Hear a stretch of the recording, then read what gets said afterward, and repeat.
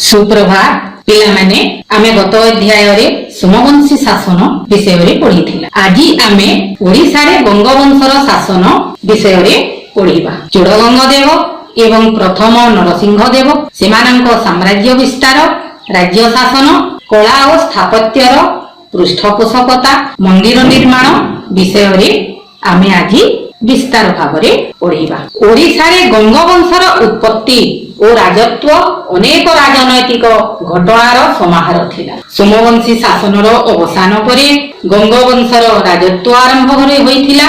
गंगवंशर उत्पत्ति दाक्षिणात्य कलिंग देशर प्राय 5म शताब्दीर शेष भागरे होइथिला।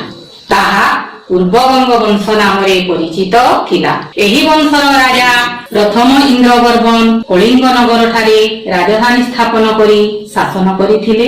एहा वर्तमान रो आंध्र प्रदेश राज्य रे अवस्थित मुखलिंग अटे। एकादश शताब्दी रे राजा पंचम वज्रहस्त कलिंग इतिहास को नूतन मोड़ देइथिले। तांकर उत्तराधिकारी राजा राजराज देव मध्य जणे साम्राज्यवादी शासक थिले। गंगमानंकर वीरत्व बଳରେ दीर्घ दिन धरी ओडिशा एक हिंदू राष्ट्र भावरे तिष्ठी रहिथिला। तेबे पिला माने आमे आज प्रथमे पढ़िबा चूड़गंग देव। राजराजंक मृत्यु परे चूड़गंग देव 1077 ख्रीष्टाब्द रे गंगवंशर साम्राज्य प्रतिष्ठा आरंभ करिथिले। तेणु से ओडिशार गंग साम्राज्यर निर्माता भावरे परिचित। से साम्राज्यवादी गंगवंशर स्थापयिता भावे परिचित थिले। राज्यजय माध्यमरे दीर्घ 17 वर्षर राजत्व कालरे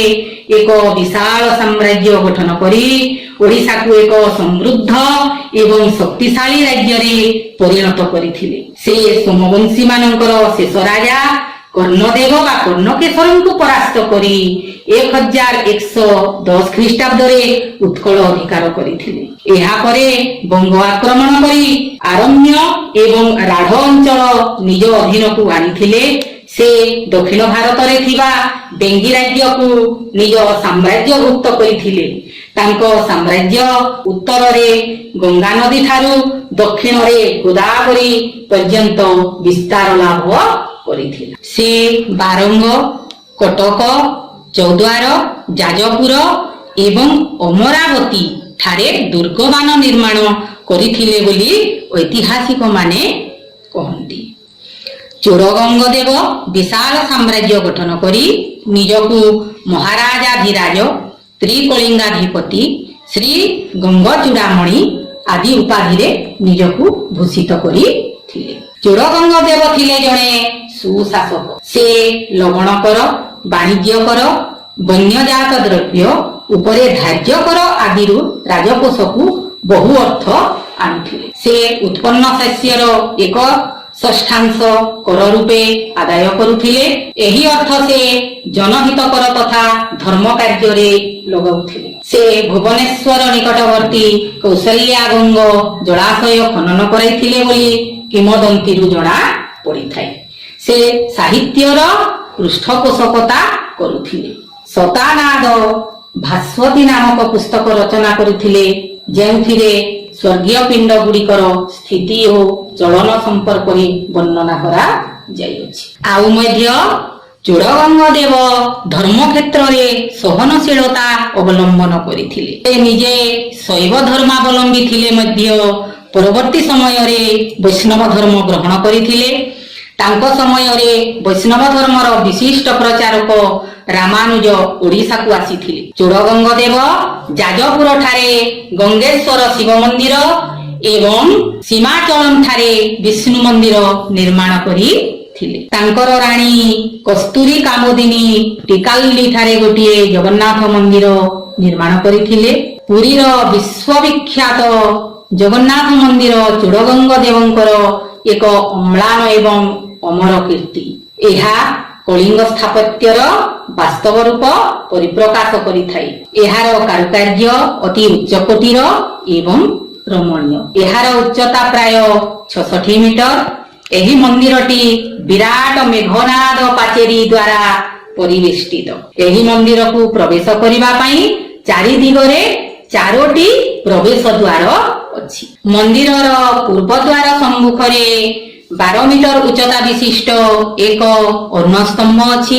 ଜଗନ୍ନାଥ ମନ୍ଦିର ଭିତରେ ସ୍ୱର୍ଣ୍ଣ ବେଦୀରେ ମହାପ୍ରଭୁ ବଳଭଦ୍ର, ଭଉଣୀ ସୁଭଦ୍ରା ଏବଂ ମହାପ୍ରଭୁ ଜଗନ୍ନାଥଙ୍କ ମୂର୍ତ୍ତି ଶୋଭା ପାଉଅଛି। ମନ୍ଦିର ବେଢାରେ ନୃସିଂହ ମନ୍ଦିର, କାଶୀ ବିଶ୍ୱନାଥ ମନ୍ଦିର, ବିମଳା ମନ୍ଦିର, ମହାଲକ୍ଷ୍ମୀ ମନ୍ଦିର, ନବଗ୍ରହ ମନ୍ଦିର ଆଦି ଛୋଟ ଛୋଟ ମନ୍ଦିର ମାନ ରହିଅଛି। ପୁରୀକୁ ଶ୍ରୀକ୍ଷେତ୍ର ଓ ଶଙ୍ଖକ୍ଷେତ୍ର ନାମରେ ମଧ୍ୟ ଜଣାଯାଇଥାଏ। ଅନ୍ୟତମ ସ୍ଥାନ ମଧ୍ୟରେ ମୁକ୍ତି ମଣ୍ଡପ ଏବଂ ଆନନ୍ଦ ବଜାର ଲୋକମାନଙ୍କୁ ବିଶେଷ ଆକର୍ଷିତ କରିଥାଏ। ଜଗନ୍ନାଥ ମନ୍ଦିରର ରଥଯାତ୍ରା ପ୍ରତ୍ୟେକ ବର୍ଷର ଆଷାଢ଼ ଶୁକ୍ଳ ପକ୍ଷ ଦ୍ୱିତୀୟା ତିଥିରେ ହୋଇଥାଏ। ଏହି ରଥଯାତ୍ରା ସାରା ବିଶ୍ୱରେ ଖ୍ୟାତି ଅର୍ଜନ କରିଅଛି। ଅନନ୍ତ ବର୍ମନ ଚୋଡ଼ଗଙ୍ଗ ଦେବ ଏହିପରି ନିଜର ଶାସନ, ସାମ୍ରାଜ୍ୟ ବିସ୍ତାର ତଥା କଳା କ୍ଷେତ୍ରରେ ଖ୍ୟାତି ଅର୍ଜନ କରି 1147 ଖ୍ରୀଷ୍ଟାବ୍ଦରେ ମୃତ୍ୟୁବରଣ କରିଥିଲେ। ତ ପିଲାମାନେ ଆସ ଆମେ ଏବେ ପଢିବା ଗଙ୍ଗବଂଶର ଅନ୍ୟତମ ଶାସକ ପ୍ରଥମ ନରସିଂହ ଦେବଙ୍କ ବିଷୟରେ। ତାଙ୍କର ସାମ୍ରାଜ୍ୟ ବିସ୍ତାର, ତାଙ୍କର କଳା କ୍ଷେତ୍ରରେ କୃତିତ୍ୱ ଏବଂ ରାଜ୍ୟ ଶାସନ ବିଷୟରେ ପଢିବା। ଓଡ଼ିଶା ଇତିହାସରେ ଲାଙ୍ଗୁଳା ନରସିଂହ ଦେବ ବା ପ୍ରଥମ ନରସିଂହ ଦେବ ଥିଲେ ଗଙ୍ଗବଂଶର ଜଣେ ପ୍ରଖ୍ୟାତ ନରପତି।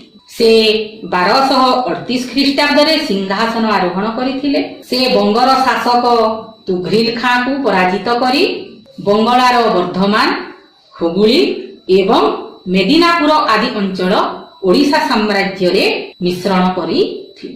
ସେ ତେଲେଙ୍ଗାନାର ରାଜା ଗଣପତିକୁ ପରାସ୍ତ କରିଥିଲେ। ସେ ଗଙ୍ଗ ସାମ୍ରାଜ୍ୟକୁ ଉନ୍ନତିର ଚରମ ଶିଖରରେ ପହଞ୍ଚାଇ ପାରିଥିଲେ। ତେଣୁ ତାଙ୍କୁ ଦିଗ୍ବିଜୟୀ ସମ୍ରାଟ ରୂପେ ଇତିହାସ ପରିଚୟ ପ୍ରଦାନ କରିଥାଏ। ତାଙ୍କର ରାଜ୍ୟ ଶାସନ ଅତ୍ୟନ୍ତ ଉଚ୍ଚ କୋଟିର ଥିଲା। ସେ ଜଣେ ସୁଶାସକ ଭାବରେ ପରିଗଣିତ ହେଉଥିଲେ।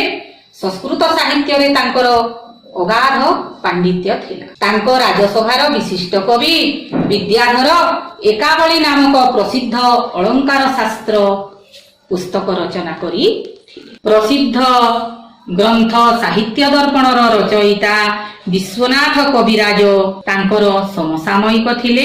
ପ୍ରଥମ ନରସିଂହ ଦେବଙ୍କ ସମୟରେ ସାହିତ୍ୟ, କଳା ଓ ସ୍ଥାପତ୍ୟର ବିକାଶ ଘଟିଥିଲା। ବାଲେଶ୍ୱର ଜିଲ୍ଲାର ରେମୁଣା ନିକଟସ୍ଥ କ୍ଷୀରଚୋରା ଗୋପୀନାଥ ମନ୍ଦିର, ଭୁବନେଶ୍ୱରର ସଦାଶିବ ମଠ ସେ ନିର୍ମାଣ କରିଥିଲେ।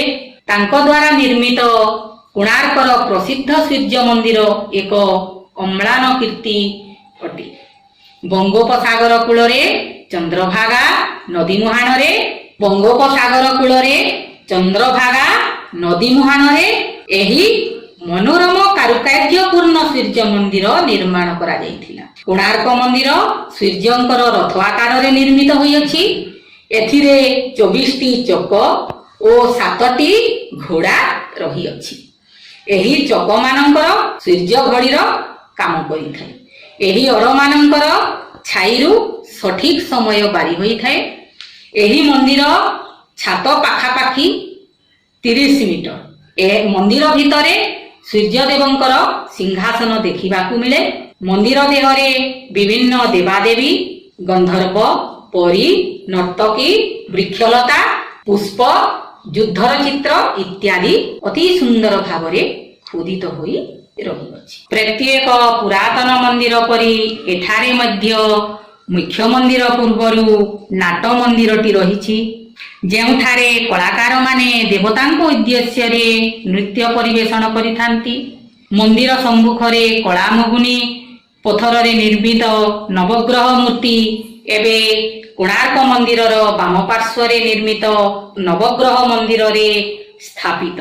କୋଣାର୍କ ମନ୍ଦିର ପରିସରରେ ଥିବା ଛାୟାଦେବୀଙ୍କ ମନ୍ଦିର, ଗଜସିଂହ ଏବଂ ଯୁଦ୍ଧ ଅଶ୍ୱର ମୂର୍ତ୍ତି ଅତ୍ୟନ୍ତ ଚିତ୍ତାକର୍ଷକ। ଏହି ମନ୍ଦିର ଟାଇମ୍ସ ଅଫ୍ ଇଣ୍ଡିଆଙ୍କର ସୂଚୀଭୁକ୍ତ ଭାରତର ସପ୍ତାଶ୍ଚର୍ଯ୍ୟ ମାନଙ୍କ ଭିତରେ କୋଣାର୍କ ମନ୍ଦିରର କାରୁକାର୍ଯ୍ୟ ସୌନ୍ଦର୍ଯ୍ୟ ଏବେ ମଧ୍ୟ ଦେଶ ବିଦେଶରେ ବହୁ ପର୍ଯ୍ୟଟକଙ୍କୁ ବିମୁଗ୍ଧ କରିଥାଏ। କିମ୍ବଦନ୍ତୀ ଅନୁସାରେ ଏହି ମନ୍ଦିର ନିର୍ମାଣ କାର୍ଯ୍ୟରେ 1200 ବଢେଇ ନିଯୁକ୍ତ ହୋଇଥିଲେ। ନରସିଂହ ଦେବଙ୍କ ମନ୍ତ୍ରୀ ଶିବେଇ ସାମନ୍ତରାୟ ଏବଂ ସେ ସମୟର ପ୍ରସିଦ୍ଧ ଶିଳ୍ପୀ ବିଶୁ ମହାରଣାଙ୍କର ପ୍ରତ୍ୟକ୍ଷ ତତ୍ତ୍ୱାବଧାନରେ ଏହି ମନ୍ଦିର ନିର୍ମିତ ହୋଇଥିଲା। ବିଶୁ ମହାରଣାଙ୍କ 12 ବର୍ଷର ପୁତ୍ର ଧର୍ମପଦ ବା ଧରମା ଏହି ମନ୍ଦିରର ମୁଣ୍ଡି ମାରିବାକୁ ସକ୍ଷମ ହୋଇଥିଲା। ଏହି ପ୍ରଖ୍ୟାତ ନରପତି ପ୍ରଥମ ନରସିଂହ ଦେବଙ୍କର ମୃତ୍ୟୁ 1294 ଖ୍ରୀଷ୍ଟାବ୍ଦରେ ହୋଇଥିଲା। ତାଙ୍କ ପରେ ପ୍ରଥମ ଭାନୁଦେବ, ଦ୍ୱିତୀୟ ନରସିଂହ ଦେବ, ଦ୍ୱିତୀୟ ଭାନୁଦେବ ଆଦି ରାଜା ଗଙ୍ଗବଂଶରେ ଶାସନ କରିଥିଲେ। ଚତୁର୍ଥ ଭାନୁଦେବ ବା ମତ୍ତ ଭାନୁଦେବ ଥିଲେ ଗଙ୍ଗବଂଶର ଶେଷ ରାଜା। 1435 ଖ୍ରୀଷ୍ଟାବ୍ଦରେ ତାଙ୍କର ମୃତ୍ୟୁ ହୋଇଥିଲା। ତାଙ୍କ ମୃତ୍ୟୁ ପରେ ଗଙ୍ଗବଂଶର ଲୋପ ପାଇଥିଲା ଏବଂ ଓଡ଼ିଶାରେ ସୂର୍ଯ୍ୟବଂଶୀ ଗଜପତି ମାନଙ୍କର ଶାସନ ଆରମ୍ଭ ହୋଇଥିଲା। ତ ପିଲାମାନେ ଆମେ ଆଜି ଜାଣିଲେ ଗଙ୍ଗବଂଶର ପ୍ରଖ୍ୟାତ ନରପତି ଚୋଡ଼ଗଙ୍ଗ ଦେବ ଏବଂ ପ୍ରଥମ ନରସିଂହ ଦେବଙ୍କ ବିଷୟରେ। ତେବେ ଆସ ଆମେ କେତୋଟି ପ୍ରଶ୍ନ ଟିପି ରଖିବା। ପ୍ରଶ୍ନ ଗୁଡ଼ିକ ହେଲା, ନମ୍ବର 1 ଚୋଡ଼ଗଙ୍ଗ ଦେବଙ୍କ ସାମ୍ରାଜ୍ୟ ବିସ୍ତାର ସମ୍ପର୍କରେ ଲେଖ। ନମ୍ବର 2 ପୁରୀର ଜଗନ୍ନାଥ ମନ୍ଦିରର ନିର୍ମାଣ ଶୈଳୀ ସମ୍ପର୍କରେ ଲେଖ। ନମ୍ବର 3 ପ୍ରଥମ ନରସିଂହ ଦେବଙ୍କ ରାଜ୍ୟ ଶାସନ ତଥା ରାଜ୍ୟ ଜୟ ବିଷୟରେ ବର୍ଣ୍ଣନା କର। ନମ୍ବର 4 କୋଣାର୍କ ମନ୍ଦିର ବିଷୟରେ ଯାହା ଜାଣ ଲେଖ।